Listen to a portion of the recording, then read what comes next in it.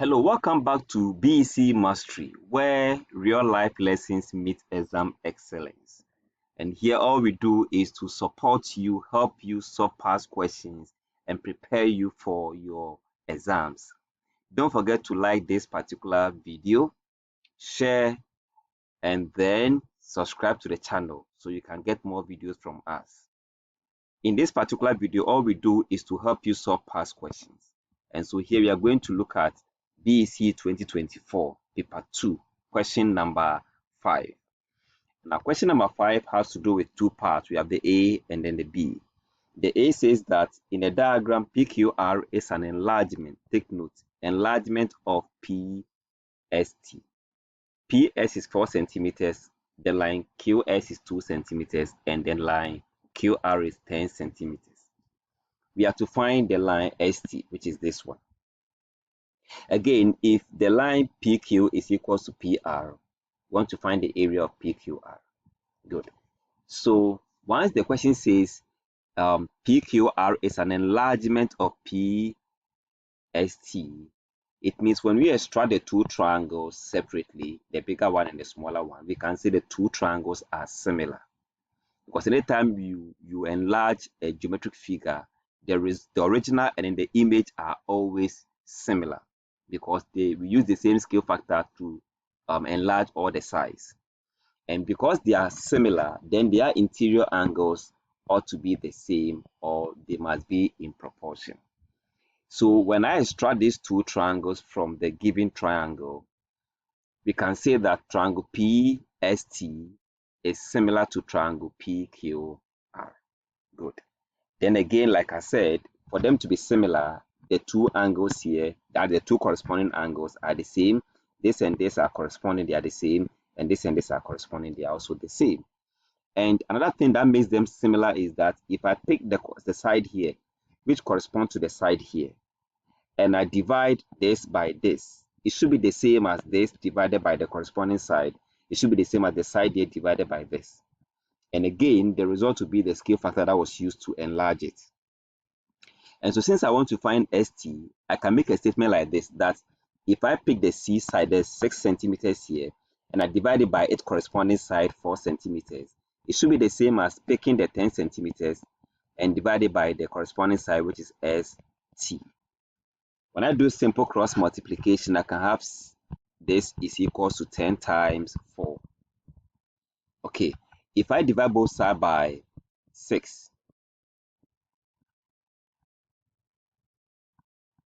here by 6, here by 6, and do simple cancellation, I can have 4 dividing itself, 2 divide 4 as 2 and divide here as 3. If I multiply 10 times 2, I have 20 divided by 3, which can be expressed as improper, it can as a mixed number, as 6 whole number, 2 over 3 centimeters. And that answers the question for the ST. Now, the question wants me again to find the area PQR, which is the bigger triangle. But then they've told me that the side here is the same as the side here. What it means that the whole of this side here will give me 6 centimeters because I can add the two together. If I go to this, I can have the triangle look like this. Once the two sides are equal, it means also that the triangle is an isosceles triangle. An isosceles triangle has only one line of symmetry, which always divides the triangle into two equal parts. And so since the two sides here are equal, then I can have this line being the line of symmetry, which meets the base at an angle of 90. Of course, we'll create right angle triangles within. So since this is a line of symmetry and it divides the base into two equal parts, I can put 5 here and put 5 here. And I can call this one my H. I want to find the area, and we know the area of a triangle, okay, of triangle PQR is given as half base times height. Okay, half base times height. Now we know the base of the triangle, which is 10 centimeters, but we don't know the height. So we want to find the height. And since one side here becomes right angle triangle, I can use the Pythagoras theorem to find the height. So I can say h squared plus 5 squared is equals to 6 squared. H squared is equals to 6 squared will give me 36 minus 5 squared will give me 25. When I subtract this, I have 11. And since I want to make H the subject, I will square root both sides, so I can get my H is equals to square root of 11. Right. So that's 11 centimeters. Now to find my area, half base, and the base now is 10 times the height, which is square root of 11. Good. So if I divide here I divide 2 by 2 as 1, and 2 divides 10 as 5, then my answer becomes 5 root 11 centimeters squared. And that answers the question for the second part of the A question. Good. Now, the B part of the question says the total area of a school compound is 900.5 meters squared. The school has an administration and a school and classroom block, and then the library, school park, road, and walkway. The areas of the administration and the classroom block, together with the library and the school park, are given as 301 quarter, 200 half, and 121/8 respectively. Find the area covered by the roads and then the walkway together. That means if the whole area, let's say, is this is the area of the school, the school compound. Part of it is for the library, part of it is for the school block, classroom block, the school park, and then the rest. Now, all put together is occupying 900.5 meters squared.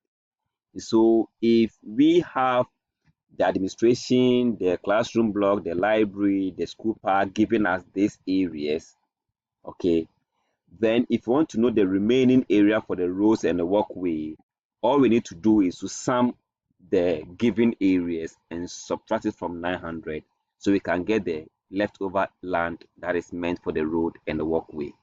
Good. So if I add 300 1/4 plus 200.5 plus 121/8, okay, all in meters squared, then I can say, okay, adding this, I could change the mixed number into improper fraction, which of course it will make my work more complicated.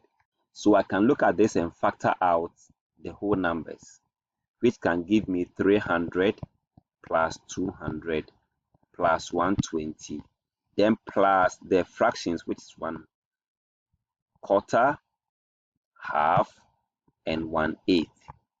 So I can put that into bracket and solve them separately. So when I add this and this and this, I have 620 plus, now if I find the LCM for all of this together, my LCM is going to be 8. And so 4 can divide 8 as 2 times 1 here will give me 2. 2 divide 8 as 4 times 1 is 4. 8 will divide 8 as 1 times 1 is 1.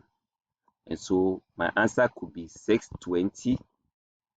And then when I add this and this and this, that will give me plus 7/8, which of course the same as saying 627/8. Right, that is the answer for the 3 areas put together. But if I want to find the leftover land for the road and highway, then I have to subtract 900.5 minus 627.878. Okay, so I can do a simple calculation like this: 900 minus 620, okay, plus into bracket half minus 7/8. So when I subtract this, I have 280 here, okay, plus into bracket. Now when I find the LCM here, once again I'm going to have 8. Okay, so this will give us 4 minus 7. Okay, and that will give us 280 plus into bracket negative 3/8.